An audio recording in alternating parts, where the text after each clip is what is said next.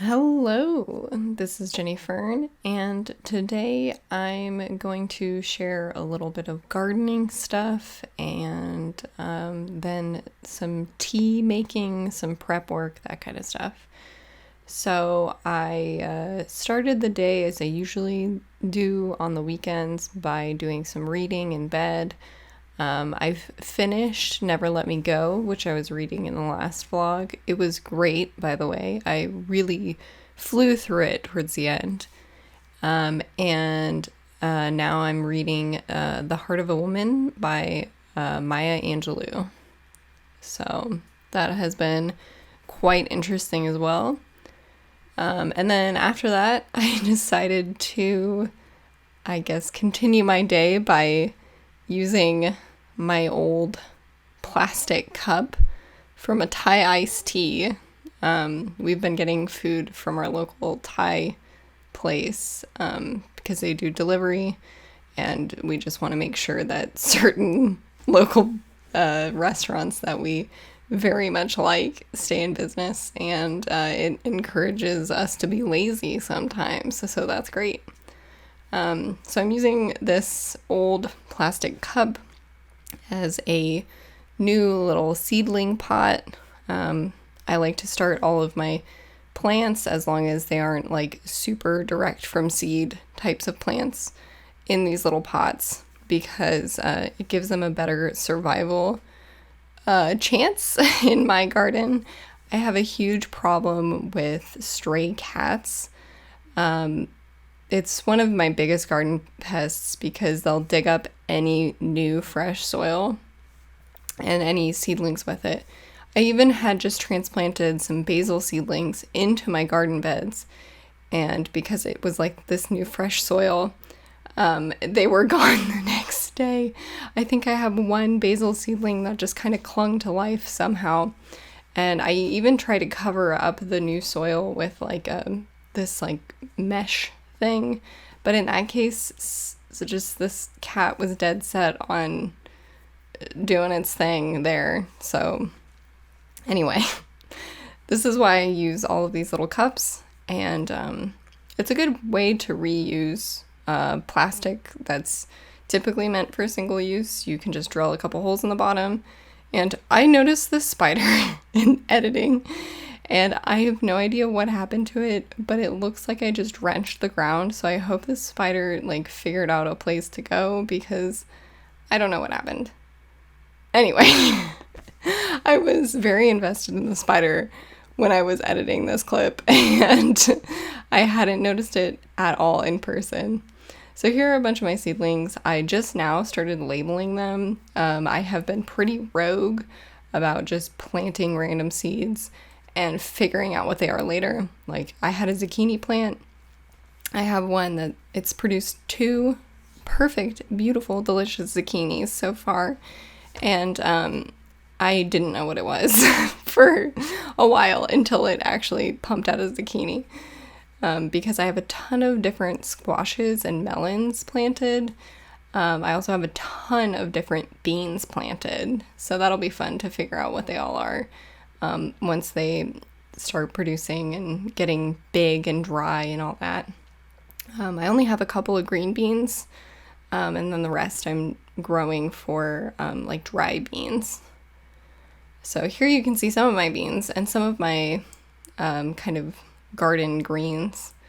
I love growing beans so much. I feel like, I don't know if you ever watch gardening YouTube, but I really do like to watch gardening YouTube. And I feel like most people are growing other things. I feel like most people like have their thing that they grow. Like maybe somebody's like really into tomatoes, or somebody's really into like melons or cucumbers, or I don't know, corn or something. And I'm like really into legumes. Like I have my lentils, and my beans are just like my pride and joy. I just find them a very satisfying plant to grow, especially when you plant a bean. Also, pro tip, you can get beans as seeds if you buy like a big pack of like dry bean soup mix.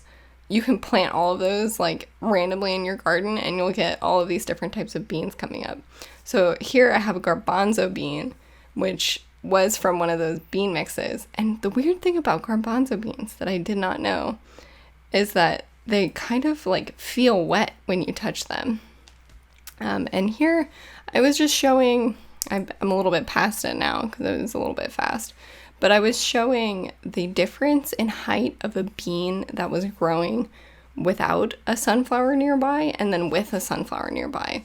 Because I've heard that sunflowers are allelopathic, which means that they like don't want anything to be growing next to them, or they like put off certain chemicals, I believe, that discourage the growth of like other plants near them.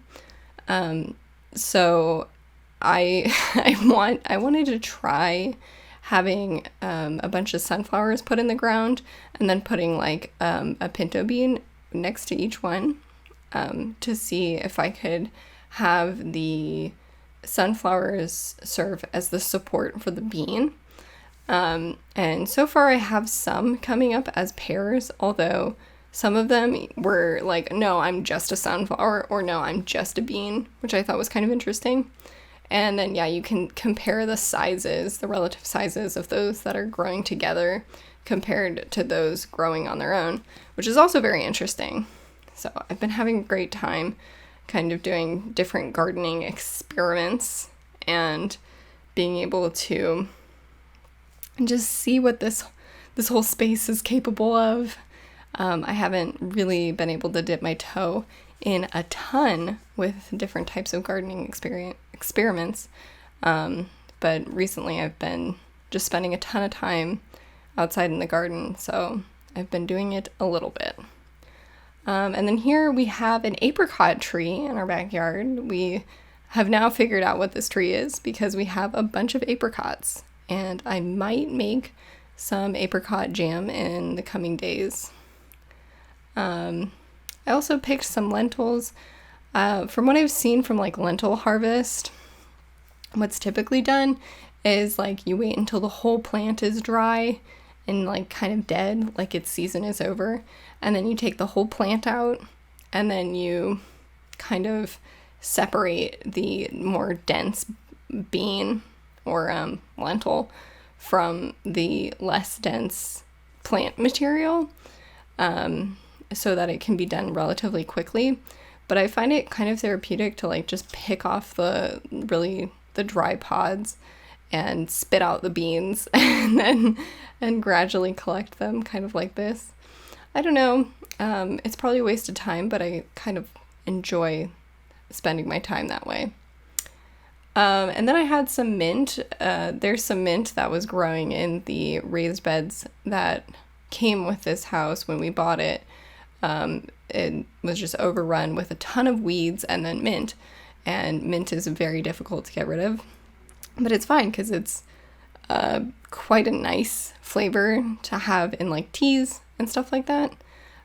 So they were crowding around my one of my tomato plants. So I decided to harvest a bunch of the mint and dry it out so that I can make some mint tea. So here's one of my older mint tea mixes.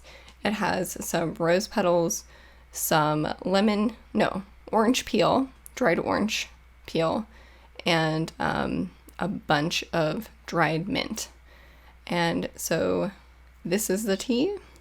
It's quite nice. I'm actually going to have some after recording this to revitalize my throat. And yeah, generally, it's just so great to see things growing and, plant things and then be able to, reap the harvests. It's just a wonderful experience, and I've been having a wonderful time with it. So, as always, thanks for watching.